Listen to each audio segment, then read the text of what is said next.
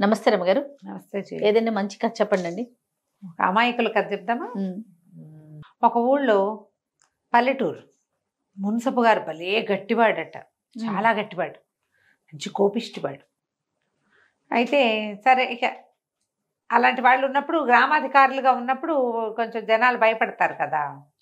అయితే ఆ ఊళ్ళో మామూలు కుల వృత్తుల వాళ్ళు, కమ్మరి వాళ్ళు, మేదరి వాళ్ళు, కుమ్మర్లు, ఒక్కొక్క కుటుంబం ఉంది. మామూలుగా ప్రతి ఊళ్ళల్లోనూ అలాంటి వాళ్ళు ఉంటారు. ఈ కమ్మర్లు, కుమ్మర్లు, మేదర్లు వీళ్ళంతా ఎందుకు పనికొస్తారు గ్రామానికి? గ్రామంలో అందరికీ కావలసిన తడికలు, చేటలు, బుట్టలు, గంపలు ఇవన్నీ అల్లి పెట్టటము, అల్లటము. తర్వాత ఎవరైనా వెళ్ళిపోతే పాడగట్టటము. దానికి మేదరవాళ్ళు వాసాలు అవి కొట్టుకొచ్చి కట్టలు కట్టటము అవన్నీ వాళ్ళు చేస్తారు. కుమ్మరి వాళ్ళు ఏం చేస్తారు? కుండలు చేస్తారు. వీళ్ళకి కావాల్సిన పాత్రలు, ఇప్పుడంటే స్టీలు ఇతళ్ళు వచ్చినాయి, అప్పుడే ఉన్నాయి. అన్నానికోటి, కూరకోటి, చారుకోటి, మజ్జిగకి, పాలకి, మంచినీళ్ళకి కడవలు ఎన్ని కావాలి, అవునవును, ఇటుకలు, ఆ పనులు కూడా ఉంటాయి కదా. కుమ్మరి వాళ్ళు, ఒక కుమ్మరి కుటుంబం. అక్కడి నుంచి కమ్మరి వాళ్ళు, వీళ్ళు ఏం చేస్తారు? ఇనప సామాన్లు చేస్తారు. చాకులు, కత్తులు, కటార్లు, నాగళ్ళు, కక్కు కొట్టటాలు, పిడిపోతే కొత్త పిడి వేసి పెట్టటాలు, ఇలాంటి పనులన్నీ కమ్మర్లు. బళ్ళకి ఇరుసు కట్టటము, బళ్ళకి ఇరుసులు కావాలి కదా, అదే పట్టి వేస్తారు చక్రాలకి. ఆ పనులన్నిటికీ బండి చక్రాలు కొట్టి పెట్టడం, వాటన్నిటికీ వీళ్ళు. అయితే నడుస్తోంది. ఒకనాడు ఏమైందట, ఈ కమ్మరి పని చేసే మేదర పని చేసే బుచ్చయ్య ఊరెళ్ళేసరికల్లా ఆ రోజు వాళ్ళు మధ్యాహ్నం ఎప్పుడో బయలుదేరి వెళ్ళాడు, రాత్రికి రాలా, మర్నాడు కూడా లేదు. తెల్లవారేసరికల్లా ఆ ఊళ్ళో ఒక పెద్ద మోతుబరి గారి తల్లి చచ్చిపోయింది, ముసలావిడ. అయ్యో, ముసలావిడ పోయేసరికల్లా సరే ముందంతా ఏవో వ్యవహారాలు అవి ఇవి చూశారు. మధ్యాహ్నం అయ్యేసరికి లేవదీయండి అన్నారు. లేవదీయాలంటే వాడు రావద్దు, మేదరవాడు పాడగట్టాలి కదా. అక్కడి నుంచి శవయాత్రకు కావలసినటువంటి సాధనానికి మనిషి లేడు. చిందులు దొక్కాడు మున్సబు గారు.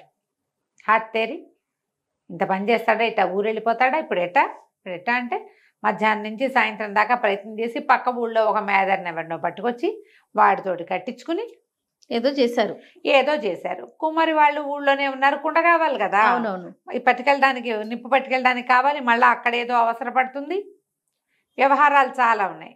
సరే, దాంతో మర్నాడు మూడో రోజు పొద్దున వచ్చినటువంటి ఆ మేదర్ బుచ్చయ్యని మున్సబు గారు చెడతిట్టిపోసాడు. ఊరికి ఒక్కగానొక్క మేదర్వి వెళ్ళిపోతేట. అప్పట్లో ఏం చేసేవాళ్ళు అంటే వార్షికాలు ఇచ్చేవాళ్ళు, వాళ్ళ పద్ధతులు అనమాట. మోతుబర్లంతా సంవత్సరానికి 10 బస్తాలు వీళ్ళకి ఇచ్చేయటం. వాళ్ళ ఇంట్లో ఎవరన్నా ఉన్నా పోయినా అలాంటి లెక్కే ఉండదు. ఈ పనుల వాళ్ళ కులవృత్తుల వాళ్ళకి మోతుబర్లంతా కేజీ బస్తాలు ఇచ్చేయటం. చాకళ్ళకు కూడా అలాగే ఇచ్చేవాళ్ళు. అక్కడి నుంచి చిన్న చిన్న కుటుంబాల వాళ్ళు ఉంటారు కదా, వాళ్ళు ఇన్ని కుంచాలని, వడ్లని, అవని ఇవని చేయటం. రోజు అన్నం పెట్టే కుటుంబాలు కొన్ని, మజ్జిగ పోసే కుటుంబాలు కొన్ని, గొల్లలు మజ్జిగలు పోయటాలు, అట్లాంటి పద్ధతులు ఉండేవి. వాళ్ళ కుటుంబాలకు పోషణ వీళ్ళే. ఓకే, ఆగంచి తెగ తిట్టిపోసాడు. ఈసారి కనుక నువ్వు ఇట్లా చెప్పా పెట్టకుండా ఊరెళ్ళిపోయావంటే చూసుకో, నీ వార్షికం కోసేస్తాం ఇంకా అని కేకలేశాడు. కొన్ని రోజులు గడిచిపోయాయి. కొన్నాళ్ళు అయిన తర్వాత ఒకరోజు మేదర్ బుచ్చయ్యకి, కుమ్మరి రంగడికి, వీళ్ళిద్దరికి పట్నం వెళ్ళే పని పడి. ఇప్పుడు భయం పట్టుకుంది. పుసుకుని ఊరు దాటేమనుకో, ఎవరికైనా ఏదైనా అయితే ఏం చెయ్యాలి బాగా ఆలోచించుకున్నారు ఇద్దరు. ఎల్లుండి ఊరెళ్ళాలి. సరే లేరా, ఓ పని చేద్దాము. ఊరెళ్ళే ముందు 4 మోతుబర్ల ఇళ్ళున్నాయి. తలా ఒక ఇంటి ముందు ఒక 2 పాడలు సిద్ధం చేసి, తలా 4 కుండలు, 2 కుండలు పెట్టేసేసామంటే వచ్చేదాకా పని గడుపుకుంటారు, ఒకవేళ మనం లేకపోయినా అని చెప్పి సాయంకాలం చీకటి పడేసరికల్లా పాడలు రెడీ చేసుకుని 4 ఇళ్ల ముందు 4 రోళ్ళు, 4 పాడలు, 4 పాడలు, తలా 2 కుండలు పెట్టేసేసి రాత్రి చీకటి మాటన బయలుదేరి వెళ్ళిపోయాక ఏమైంది, ఆ రోజు మధ్యాహ్నం మున్సబు గారికి భార్యకి ఒంట్లో బాగుండలా. ఆయనకి పై ఊళ్ళో ఆయన మేనత్త మనవరాలదో ఎవరిదో వివాహం ఉంటే అది చూసుకుని వైద్యుడిని ఒకరిని వెంబడి పెట్టుకొస్తాను, ఒంట్లో బాగుండలేదు అన్నాడు. సరే, ఊరు నుంచి తెచ్చుకోవాలి వైద్యుడిని. ఈయనేమో మధ్యాహ్నమే వెళ్ళిపోయాడు. ఆయనకి తెలియదు ఈ పాడల వ్యవహారం. ఆయన ఏం చేశాడు, రాత్రికి బాగా చీకటి పడ్డాక వీళ్ళిద్దరు వెళ్ళిపోయినాక బండి వేసుకొచ్చాడు. ఆ రోజుల్లో ఏముంది, ఒంటెద్దు బళ్ళు లేదా ఒంటి గుర్రబళ్ళు ఉండేవి, జట్కాలు ఉండేవి. దీపం వెలుగులో రోడ్ల మీదకి వచ్చేసేవి. ఆయన వైద్యుడిని కూడా వెంబడి పెట్టుకొచ్చాడు. ఈయన మున్సబ గారు తన వాకిట్లో దిగంగానే వాకిట్లో పాడి కనపడింది.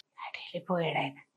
ఆవిడ అయిపోయింది. మధ్యాహ్నం ఒంటో బాగుండలా, వైద్యుని తెచ్చేసరికి పెళ్ళాం వెళ్ళిపోయింది. వాకిట్లో ఎవరు లేరు. వాళ్ళేమనుకున్నారు, ఆయన వస్తాడని వాకిట్లో పెద్దలంతరు వెలిగించి పెట్టారు. ఈయనకు ఆ చీకటి మాటన అక్కడ ఒక చాప చుట్ట ఉంటే అది ఇదేనని భావించి అందుకే పెద్ద దీపం పెట్టారని వాడు కూడా సిద్ధంగా ఉంది. 2 కుండలు సిద్ధంగానే లబో అది పోసే ఇంత పని చేసావే ఓసిని దుంపదేగా వైద్యుని తెచ్చేదాకా ఆగలేకపోతేమేమే అని పెద్ద కేక పెట్టాడు. బాని పెద్ద పెట్టి ఏడ్చేసరికల్లా పక్క వీళ్ళల్లో అరుగుల మీద పడుకున్న వాళ్ళు హడిలిపోయి లేచారు. ఏమిటి ఏమిటి ఏదో అయిపోయిందని. ఇంకేముంది, మున్సబ్ గారు పెళ్ళాం పోయిందని అందరూ లేచి వచ్చేసారు. అయ్యో రామ. ఈ వైద్యుడు తను ఉండాలో వద్దని, తను ఎవరి కోసం చూడడానికి వచ్చాడో ఆవిడ పోయింది. ఇంకెందుకు, బయట పెద్ద పెద్ద శోకండాలు వినపడేసరికి మున్సబ్ గారు పెళ్ళాము అమ్మ ఇద్దరు తలుపేసుకుని లోపల పడుకున్నారు. బయట శోకాలు వినపడేసరికల్లా బండి వచ్చిన చప్పుడు తెలుస్తుంది. బండి ఆ గుర్రాలు కదులుతున్నాయి, మూలం అవుతుంది. మధ్య మధ్యలో గిల్గిల్ అంటుంటే అయ్య బాబోయ్ బండి వేసుకుని వెళ్ళాడు, ఏమైనా ముంచుకొచ్చిందో ఏమిటో, బండితో సహా తీసుకొచ్చేసినట్టున్నారు, ఓర్నామగుడో అని ఆవిడ ఏడ్చుకుంటూ అని నా కొడుకో పోయేవరో అని ఆవిడ తల్లి భార్య ఇద్దరు బయటకు వచ్చేసారు. లబో అదిబో అని వాళ్ళే ఏడిపి వీళ్ళు ఏడిపి ఈవిడ పరిగెత్తుకుంటూ గుర్రబండి దాకా వెళ్ళి బండిని అనుకుని ఏడుస్తున్న మొగుడిని కావిటేసుకుని నా మొగుడో అని ఈవిడ నా పెళ్ళామో అని ఆయన ఒకళ్ళొకళ్ళు కావలించుకున్నారు, పోయారని ఏడుస్తున్నారు. ఇంతలో ఒకళ్ళిద్దరికి అర్థమైంది ఇదేమిటి ఏమిటి ఎవరి కోసం ఎవరు ఏడుస్తున్నారు, ఇద్దరు ఉన్నారు. ఎప్పుడైతే ఈ మున్సబ గారి పెళ్ళాం పోయింది అన్న వార్త బయటకు వచ్చిందో మోతబార్లకి కబురు వెళ్ళిపోయింది. వాళ్ళు బయటకు వచ్చి తమ ఇంటి వాకిట్లో ఉన్న పాడల్ని కుండాలు చూసి వాళ్ళని కందిపోయారు. మన ఇంటి ముందు పెట్టున్నాయి ఏమిట్రా, మున్సబ గారి పెళ్ళాం పోతే మా ఇంటి ముందు పాడలు కుండలు ఏమిటో ఈ సంగతి కనుక్కుందామని ఆయన పోయాడో ఆవిడ పోయిందో తెలియలే. అందరూ వచ్చేసారు. వచ్చేసేసరికి ఇంకేముంది, అసలు వాళ్ళిద్దరూ బతికే ఉన్నారు, పాడే కుండ మాత్రం అక్కడ ఉన్నాయి. అక్కడి నుంచి 1 గంటకు అందరూ స్థిమితపడ్డారు. ఇంట్లో నుంచి లోపలికి వెళ్ళి మంచినీళ్ళు ముంచుకుని తాగారు. అందరూ నిలబడ్డారు. తీరా చూస్తే వెళ్ళిన వాళ్ళు కూడా కొంతమంది చెప్పారు, పని వాళ్ళు అందరు మోతపర్లు ఇళ్ళ వాకిళ్లలో కరణం గారి వాకిట్లో కూడా ఉన్నాయి, పెద్దరెడ్డి గారి వాకిట్లో ఉన్నాయి అని చెప్పేశారు. కల్లా వీళ్ళు ఆశ్చర్యపోయారు. ఏం సరే అందరూ వాళ్ళని ఒకళ్ళు ఓదార్చుకుని పడుకున్నారు.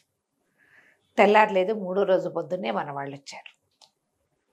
ఏరా మీ దుంపలదేగా ఈ పాడలు కుండలు పెట్టారేమిట్రా అంటే, మేము ఊరెళ్ళాం బాబు, ఓవేళ అవసరమైతే ఎక్కడికి వెళ్తారు, మీరు పై ఊళ్ళకి వెళ్ళలేరు కదా, అందుకని జాగ్రత్తగా